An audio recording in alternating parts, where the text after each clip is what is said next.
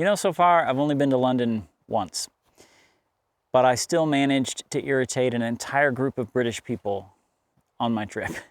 So I was there for a work trip. My group, my company and I were traveling around, sightseeing around London a little bit before we went off and did business.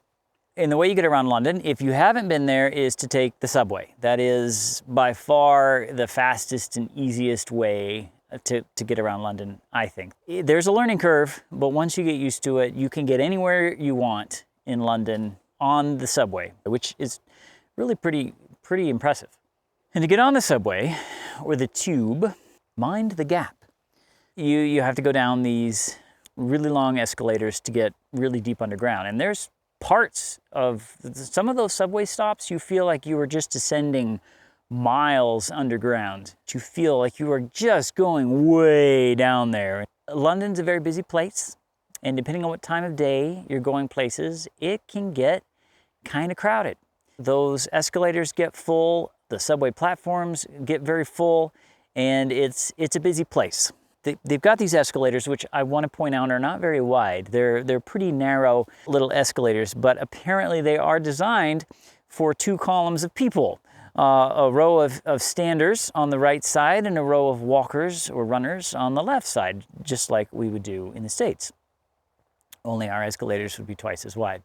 So on one of our first excursions on the subway, we get into the subway station, we figure out the pass thing, buying tickets, whatever, and we start down the really long line of escalators. And like I said, it goes forever. We're doing this in the morning, and it's a bit of the morning rush. We're trying to figure out what we're doing. We got our cards, we got on the escalator going down, and you're supposed to, again, stand on the right and leave the left open for people to run down. I did not know this. I'm sure there were signs telling you what to do. I don't know if you've ever visited another country, but there is just an onslaught of new information, invading your senses at every moment. So it's easy to miss a little sign about where you're supposed to stand and where you're supposed to walk. We were headed down the escalator, and I was standing in the middle of this narrow escalator, blocking the entire thing. And so unbeknownst to me, on the left side, there began to fill up a queue of people, a line of people that were wanting to hurry down the escalator and couldn't because I was blocking it. So this line began to fill up, and one of my coworkers, one of the owners of the company behind me said, "Hey, Rick, they stand on the right and walk on the left here." And I turned around and looked at him, and I thought he was messing with me. Because obviously we drive on the right side of the road, they drive on the left side of the road, we pass on the left, they pass on the right. I thought it's going to be backwards here. If anything, they're going to stand on the left side and walk on the right. So I thought he was messing with me. And then I saw that there was this girl right behind me, a young British girl who had this energy of movement in her eyes. She wanted to go somewhere. She didn't know what was going on, why I wasn't moving. She was either too young and millennial and afraid to talk, or British politeness was holding her back from being like, "Hey, idiot, please move out of the way." So I looked at her. This only took a couple seconds, I'm sure, but it felt like this moment went on forever. I looked at her. I'm trying to digest, and then I noticed there's a whole row of people going up this eternally long escalator who are looking at me, waiting to move, and they can't because I'm in the way. And it finally clicked. It ching, the switch flipped, and I took a step over to the right side of the escalator, and this whole row of people began to flood down the left side. But they were not all happy with me.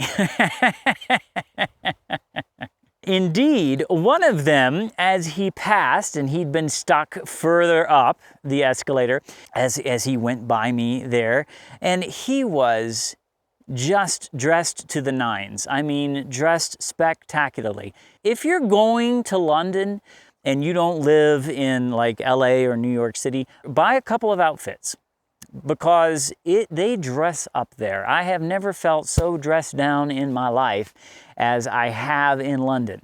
I got to the point where I could recognize other Americans because of the shabbiness of the dress. They weren't necessarily shabby, but they were shabby compared to Londoners. So anyway, this black British gentleman comes past me. He's dressed immaculately. He's got this beautiful tweed cap on. He's got his vest and his tie and gold-rimmed spectacles. And as he comes by, he says in this kind of sideswipe British insult sort of thing, he says, "How gracious of you to share the escalator." And I didn't know what to say. I said, "Oh, I'm sorry." I tried to lean into my American accent a little bit, hoping it would gain me some sympathy. I don't think it did. He walked on and was lost to the infinite sands of people in London.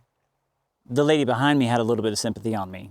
She said, "Oh, rude," which was very kind of her, just sort of a little bit of a social reach out and let me know, like, hey, you know, I understand your situation. You know, unfortunately, I have thought about that far too often since it happened. You're going to find yourself in life suddenly in situations where you realize you don't know what's going on. You don't know this local little code. And you don't have to travel the world to do this. All you have to do is to go into a place that's unfamiliar to you, or with a group that's doing something maybe you're not familiar with, right? And you might walk into a situation and find yourself suddenly impeding progress or getting in the way, or, you know, like everybody's ready to do something and ready to serve the ball, and there you are standing in the middle of the field looking around or taking a picture or whatever. It's going to happen. It's going to happen. And when it does, just understand it from their perspective. Don't get mad at them for doing what's normal to them and carrying on with their usual activities. Once you realize what's going on, be winsome, be kind, and extricate yourself from causing the problem so that they can move on.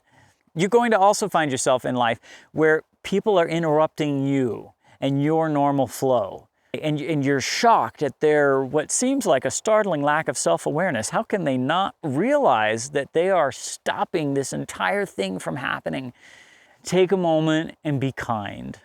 Recognize that people have bandwidth limitations. And depending on what's taking up their bandwidth that day, it may be that they're in a new country and their bandwidth is overwhelmed trying to digest all of this information. It may be that they have a lot of internal noise. Maybe something big just happened. Whatever it is, take a moment to realize maybe they're not being obstinate. They just don't know what's going on at the moment. And help them so they don't have that embarrassment to deal with. That's my thought for today. Do with it what you will.